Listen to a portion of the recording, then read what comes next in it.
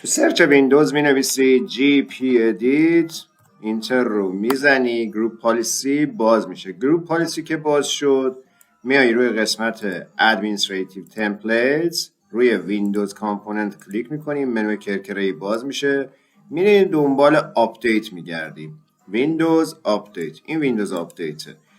میای اینجا که اینو روی این کلیک میکنی. اگه ویندوز 10 همین ویندوز آپدیت کلیک بکنی اوکیه، میریم تو تنظیمات. اگه ویندوزت 11 باید بیای روی این قسمت ویندوز آپدیت رو کلیک بکنی، باز بشه.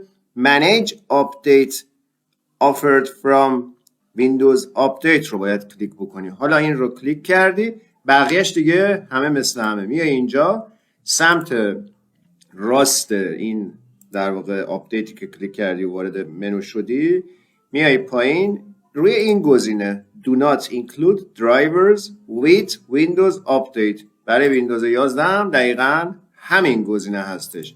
اینو روش دابل کلیک میکنی، باز میشه.